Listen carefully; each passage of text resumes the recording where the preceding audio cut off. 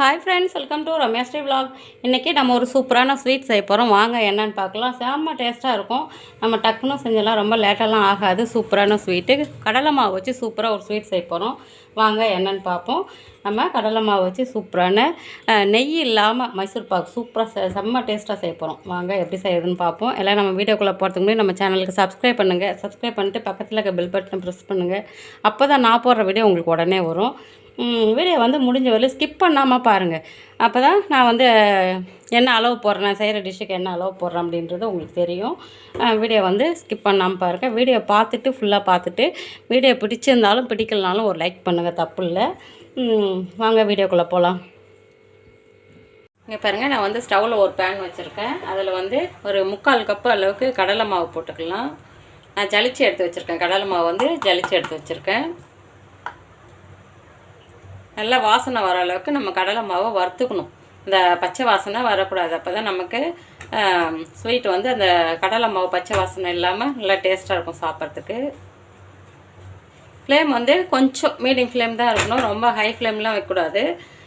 மாவு தீஞ்சிரும். கடலை மாவு தீஞ்சிரும், நமக்கு சரியாக வறுபடாது. அந்த கடலை மாவு பச்சை வாசனையும் போகாது. அதனால் மீடியம் ஃப்ளேம் வச்சு நல்லா மாவு நல்லா ட்ரை ரோஸ்ட் பண்ணிக்கலாம். கை விடாமல் கொஞ்சம் நம்ம இந்த மாதிரி கிண்டி விட்டுக்கிட்டே இருக்கணும். இப்போ பாருங்கள், மாவு நல்லா வறுத்துட்டேன். நல்லா கம்மன்னு வாசனை வருது. கடலை மாவு பச்சை வாசனை போய் சூப்பராக நல்லா மாவு வறுப்பட்ட வாசனை வந்துடுச்சு. இதை நம்ம ஒரு பாத்திரத்துக்கு மாற்றிக்கலாம்.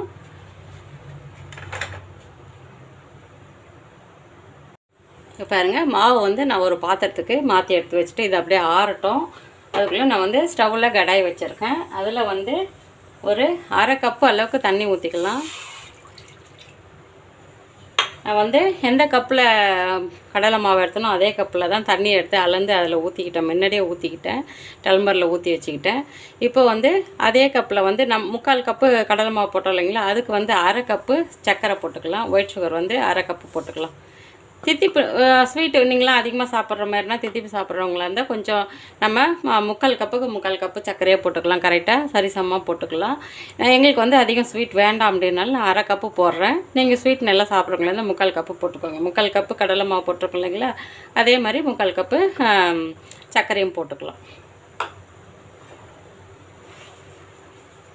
சர்க்கரை போட்டுட்டு நல்லா கொஞ்சம் அந்த சர்க்கரைலாம் கரைஞ்சி லைட்டாக அந்த பாகு பதம், லைட்டாக அப்படி கம்பி பதம், இப்படி ஒட்டணும் அப்படி வரும் இல்லைங்களா, நூல் மாதிரி, அந்த பதம் வரட்டும்.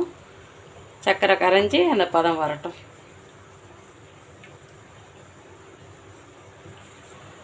இப்போ பாருங்கள், பாகு பதம் வரத்துக்குள்ளே நம்ம கடலை மாவு ரெடி பண்ணி வச்சுக்கலாம். நம்ம வறுத்து வச்சுலங்களா கடலை மாவு, அது நல்லா ஆறிடுச்சு. அதில் நான் மாவு எடுத்த கப்பாலே ஒரு 3/4 கப்பு அளவுக்கு ரீஃபண்ட் ஆயில் எடுத்து வச்சுருக்கேன். சன்ஃப்ளவர் ஆயில் எடுத்து வச்சுருக்கேன். நீங்கள் கடலை எண்ணெய், நல்லெண்ணெய் அப்படி ஊற்றாதீங்க, வாசனை ஒரு மாதிரி வரும். ரீஃபண்ட் ஆயில் வாசனை இல்லை, ரீஃபண்ட் ஆயில் ஊற்றணும்.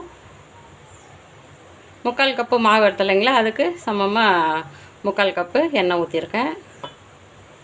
இப்போது நல்லா அதை கட்டி இல்லாமல் கலக்கிக்கலாம். நம்ம மாவு வறுத்ததுனால அதை கட்டி தட்டாது, அதிகம் கட்டி தட்டாது.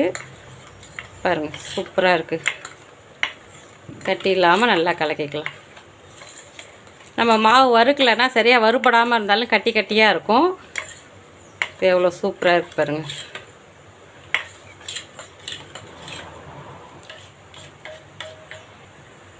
பாருங்கள், நான் கடலை மாவு நல்லா கலக்கிட்டேன். இந்த அளவுக்கு நல்லா கலக்கி வச்சுக்கணும். இப்போது சர்க்கரை பாகு நல்லா அந்த சர்க்கரைலாம் கரைஞ்சி நல்லா மேலே அந்த நுரைச்சி கொதித்து வருது. இப்போ நம்ம பதம் பார்க்கலாம். சுடும், கொஞ்சம் கேர்ஃபுல்லாக நம்ம கை வைக்கணும்.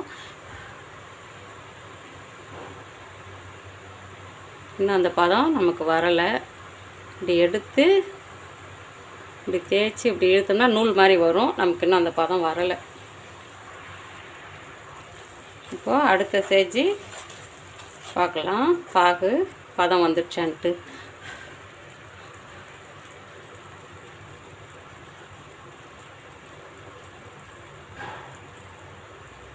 லைட்டாக வர ஆரம்பிச்சிடுச்சு.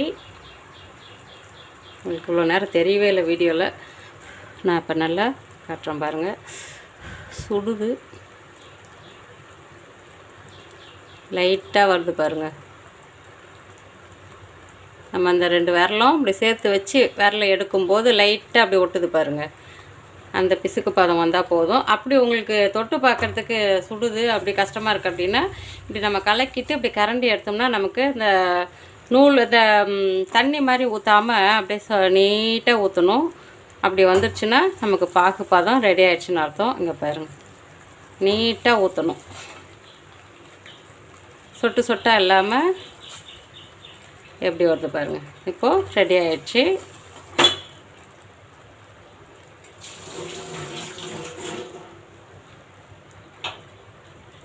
இப்போது நம்ம கலக்கி வச்சோம் இல்லைங்களா கடலை மாவு, அதை வந்து மறுபடியும் நல்லா கரண்டியால் கலக்கி விட்டுட்டு சர்க்கரை பாகில் ஊற்றிக்கலாம். கொஞ்சம் கொஞ்சமாக ஊற்றிக்கிட்டே நம்ம கலக்கணும்.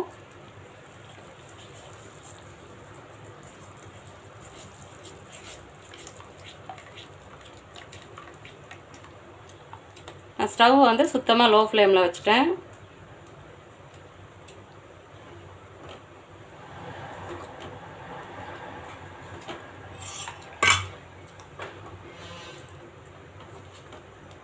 நல்லா கொஞ்சம் கைவிடாமல் கிளறிட்டே இருக்கணும். கொஞ்சம் கெட்டியாகிற வரலையும் மாவு வந்து லைட்டாக வேகணும். நம்ம நல்லா வறுத்துட்டோம், இருந்தாலும் லைட்டாக மாவு வந்து வேகணும். இன்னும் கெட்டிப்படணும், நமக்கு நல்லா கெட்டிப்படணும்.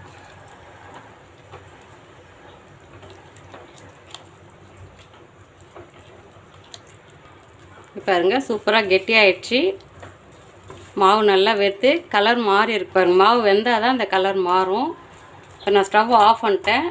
நல்லா கெட்டியாகிடுச்சு. இந்த அளவு கெட்டியானா போதும். இதுக்கு மேலே நம்ம கெட்டி ஆகட்டும் அப்படின்னு வச்சோம்னா மைசூர் பாகு வந்து பாகு முடுகுன மாதிரி ஆகிடும். இப்போ ஸ்டவ் ஆஃப் பண்ணிட்டேன். நான் வந்து ஃபஸ்ட்டே வந்து ஒரு தட்டில் எண்ணெய் தடவி வச்சுருக்கேன். நம்ம எண்ணெய் தடவி தான், எண்ணெய் ஊற்றி தான் செய்கிறோம் இல்லைங்களா மைசூர் பாகு, அதனால் எண்ணெய் தடவி வச்சுருக்கேன். அதில் வந்து நம்ம ரெடி பண்ணி வச்ச மைசூர் பாகு ஊற்றிக்கலாம்.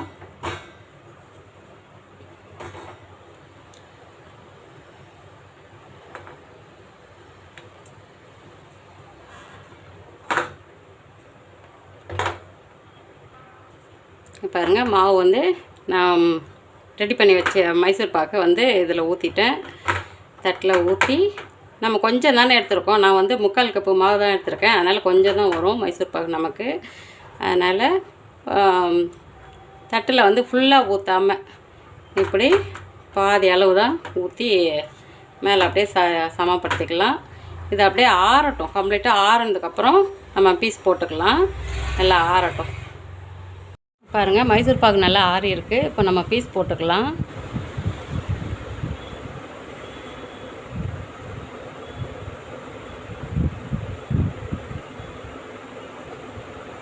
அழகாக வருது பாருங்கள். நமக்கு வந்து அந்த சக்கரை பாகு கொஞ்சம் முடிகிடுச்சுன்னா மைசூர் பாகு வந்து ஹார்டாக இருக்க மாதிரி இருக்கும். இப்போ மாவு நான் வந்து கம்மியாக போட்டதுனால அதுக்கு தகுந்த மாதிரி பீஸ் போட்டுக்க போகிறேன். பீஸ் போடும்போதே தனித்தனியாக வருது பாருங்கள். சூப்பராக நம்ம சட்டுன்னு செஞ்சிடலாம். டேஸ்டியாக இருக்கும். கடைகளில் போய் நம்ம மைசூர் பாகுலாம் வாங்கணும்னு அவசியமே இல்லை. அழகாக வீட்டிலே நம்ம சூப்பராக செய்யலாம். இதை வந்து 3 பீஸாக போட்டுக்கலாம்.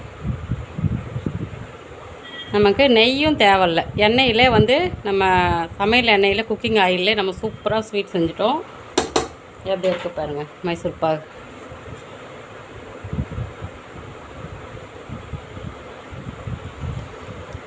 பாருங்கள், சூப்பரான மைசூர் பாகு சூப்பராக ரெடி ஆகிடுச்சு. அடியில் வந்து கொஞ்சம் லைட்டாக சூடாக இருக்க மாதிரி இருக்கிறனால தான் கையில் வச்சுருக்க முடியல. இன்னும் நல்லா கம்ப்ளீட்டாக நம்ம கொஞ்சம் மொத்தமாக ஓரமாக தள்ளி ஒதுக்கி வச்சோம் இல்லைங்களா, அதனால் சீக்கிரம் ஆறலை. அடியில் வந்து சுடுது. ஆறட்டும். இங்கே பாருங்கள், நம்ம சூப்பரான மைசூர் பாகு கடலை மாவு வச்சு ஒரு 3/4 கப்பு கடலை மாவில் நல்லா ஒரு பிளேட் அளவுக்கு நமக்கு மைசூர் பாகு வந்திருக்கு. சூப்பராக செம்ம டேஸ்ட்டாக இருக்கும். டக்குன்னு செஞ்சிடலாம். எப்படி இருக்குது பாருங்கள், மைசூர் பாகு செம்ம சூப்பராக இருக்கும். இல்லை சாஃப்டாக இருக்கும். இதுக்கு வந்து நெய் தேவைன்னு அவசியம் இல்லை. நெய் இருந்தால் தான் நம்ம மைசூர் பாகு செய்யலாம் அப்படின்ட்டு நம்ம நினைக்க தேவையில்லை. நெய் இல்லாமல் சூப்பராக நம்ம சமையல் எண்ணெய் வச்சு சூப்பராக நம்ம மைசூர் பாகு செய்யலாம்.